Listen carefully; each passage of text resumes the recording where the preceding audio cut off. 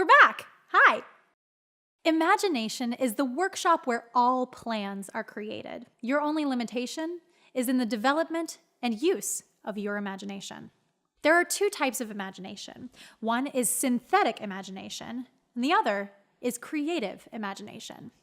With synthetic imagination, you may rearrange old concepts, ideas, or plans into new combinations. This type of imagination creates nothing.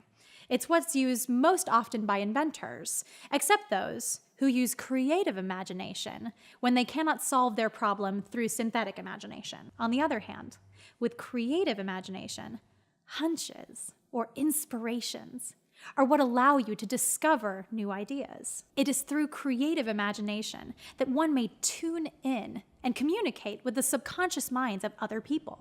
Here is what you should be aware of the most. Creativity becomes more alert and more present in proportion to how often you use it. The great leaders of business, industry, and finance, and the great artists, musicians, and poets and writers, they all became great because they focused on developing their creative imagination. Focus your attention, for the time being, on the development of your synthetic imagination, because this is the ability that you will use more often in the process of converting desire into money. Let us look into a couple of well-known ideas which have yielded huge fortunes. This story is called The Enchanted Kettle. More than 100 years ago, an old country doctor drove into a town, hitched his horse, and quietly slipped into a drugstore by the back door and began bargaining with the young clerk that worked there. For more than an hour, behind the prescription counter, the young clerk and the old doctor talked in low tones. Then the doctor left. He went out to the buggy and brought back a large old-fashioned kettle, a big wooden paddle, which was used to stir the contents of the kettle, and put them in the back of the store. The clerk inspected the kettle, reached into his inside pocket, pulled out a roll of bills, and handed it to the doctor. The roll of bills contained $500, which was the clerk's entire savings. The doctor handed over a small slip of paper, which had a secret formula. The old doctor was glad to sell his secret for $500. The money would pay off his debts and give him freedom of mind. The clerk was taking a big chance by staking his entire life savings on a scrap of paper and an old kettle. What the clerk really purchased was an idea. And the idea was the recipe for Coca-Cola. Whoever you are, wherever you may live, whatever occupation you may find yourself engaged in, just remember in the future, whenever you see the words Coca-Cola, that its vast empire of wealth and influence grew out of a single idea, and that the mysterious ingredient the clerk mixed with the secret formula was imagination. Now let me tell you a story that proves the truth of the old saying, where there's a will, there's a way. What would I do if I had $1 million? This is the story of Frank Gonzalez, who while going through college observed many defects in the educational system, defects which he believed he could correct if he were the head of a college. His deepest desire was to become the head of an educational institution in which young men and women would be taught to learn by doing. He made up his mind to organize a new college in which he could carry out his ideas. He needed $1 million to put the project across.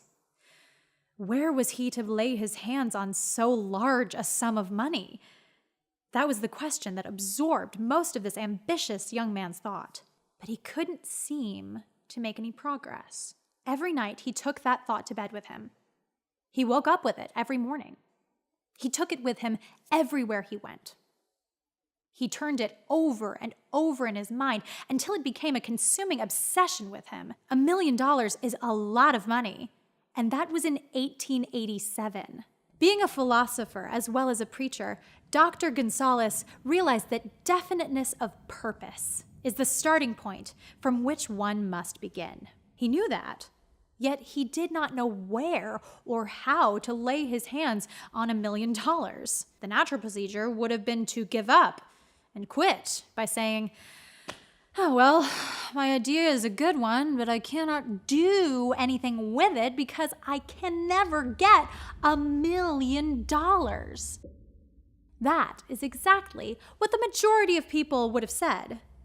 But it's not what Dr. Gonzalez said. According to him, one Saturday afternoon, I sat in my room thinking of ways and means of raising the money to carry out my plans. For nearly 2 years I had been thinking, but I had done nothing but think. The time had come for action. I made up my mind then and there that I would get the necessary $1 million within a week. How? I was not concerned about that. The main thing of importance was the decision to get the money within a specified time.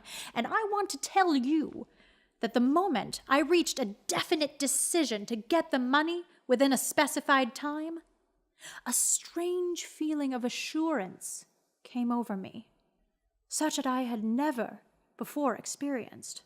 Something inside me seemed to say, "Why didn't you reach that decision a long time ago? The money was waiting for you all the time." Things began to happen in a hurry. I called the newspapers and announced I would preach a sermon the following morning entitled, "What I Would Do with $1 Million." When I began my sermon, I closed my eyes and spoke with all my heart and soul of my dreams. I told what I would do with $1 million if that amount were placed in my hands. When I had finished and sat down, a man came and extended his hand and said, "Reverend, I liked your sermon. To prove that I believe in you and your sermon, if you will come to my office tomorrow morning, I will give you the $1 million. My name is Philip D. Armour." Young Gonzalez went to Mr. Armour's office, and the $1 million was given to him. With the money, he founded the Armour Institute of Technology, which is now the Illinois Institute of Technology. He got the $1 million a mere 36 hours after he reached a definite decision in his own mind to get it and decided upon a definite plan of getting it. If you are one of those that believe that hard work and honesty alone will bring riches, well then, stop thinking that. Riches, when they come in huge quantities, are never the result of hard work.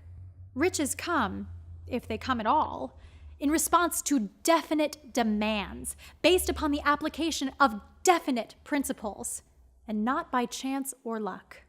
Our next topic is how organized planning can help you achieve your dreams. See you in the next episode.